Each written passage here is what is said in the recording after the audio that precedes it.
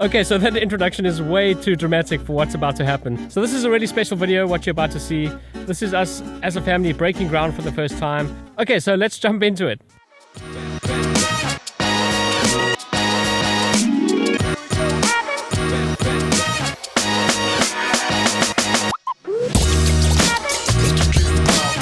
So we just had a little family digging ceremony, breaking the first ground. Josh is still determined to carry on there, doing a great job. We might be here all night. Josh, dig my boy. It's officially starting. Marked out boundary lines, and he's still going. What a funny chap.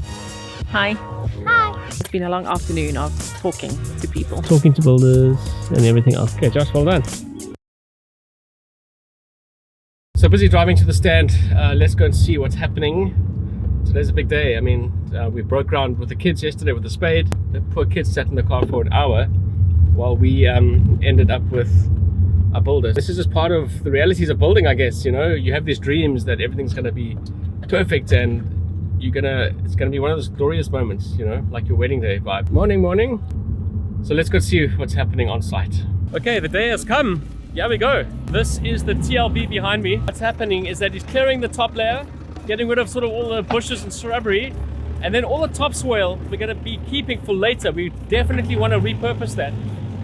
We've also tried to keep as many trees as we can on the edge of the stand. We've marked out the boundary of our stand. We're going to have 2 levels, and there's my wife and our lovely builder and neighbor. A few moments later. How are you feeling?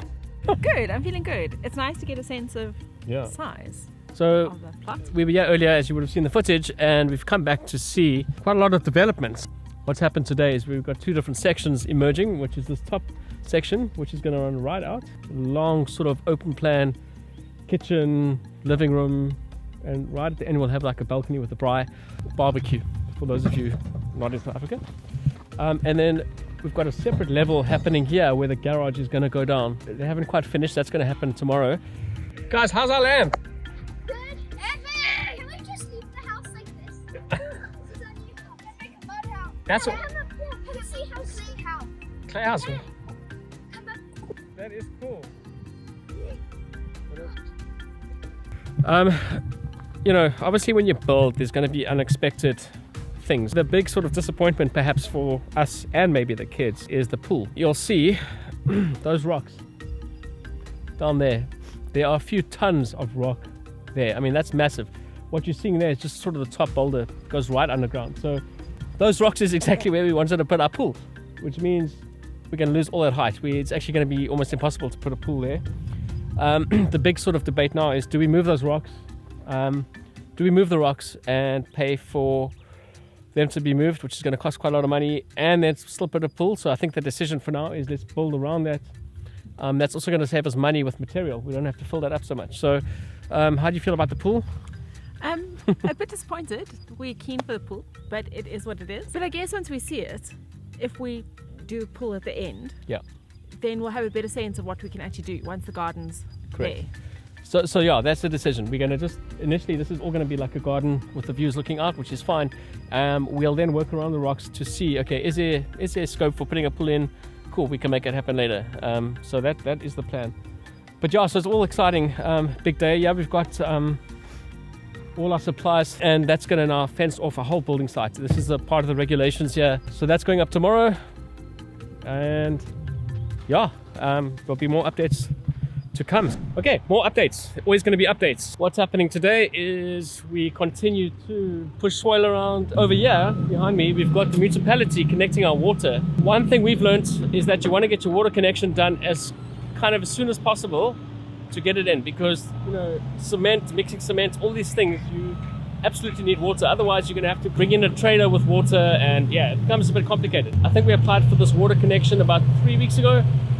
This is George municipality, so wherever you are it might change, but yeah, so that's happening today, which is great. And that's about 7,000 Rand anyway in George, just to connect the water. So these are all the little costs when you build that add up.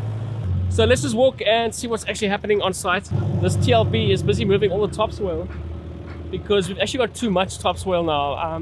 We've stockpiled the topsoil at the back that we will be repurposing later. We're gonna have to use a lot of material to sort of build up that back section. But you cannot use topsoil. It's not structurally sound. The sand that you see there, that was dug deeper down. That we can use to compact on, to build on. So this topsoil here is getting put into that truck, and that will be taken away. So yeah, but it's all coming together really nicely. The netting is going up. See, it's part of the regulations here. So that's all happening. So let me give you some updates. This is the first week of building. I've never built a house in my life. This is fantastic. That's why you are with me. Yeah, so first week, it's gone well. We've leveled the land, but we've had a few setbacks already and challenges. Some of them potentially quite costly. We realized that our retaining wall of the garden goes right over those rocks. Oh, nothing like a challenge. What do? Do we move the rocks? So I asked the engineer roughly how much it would cost. About 70,000 Rand. Ooh.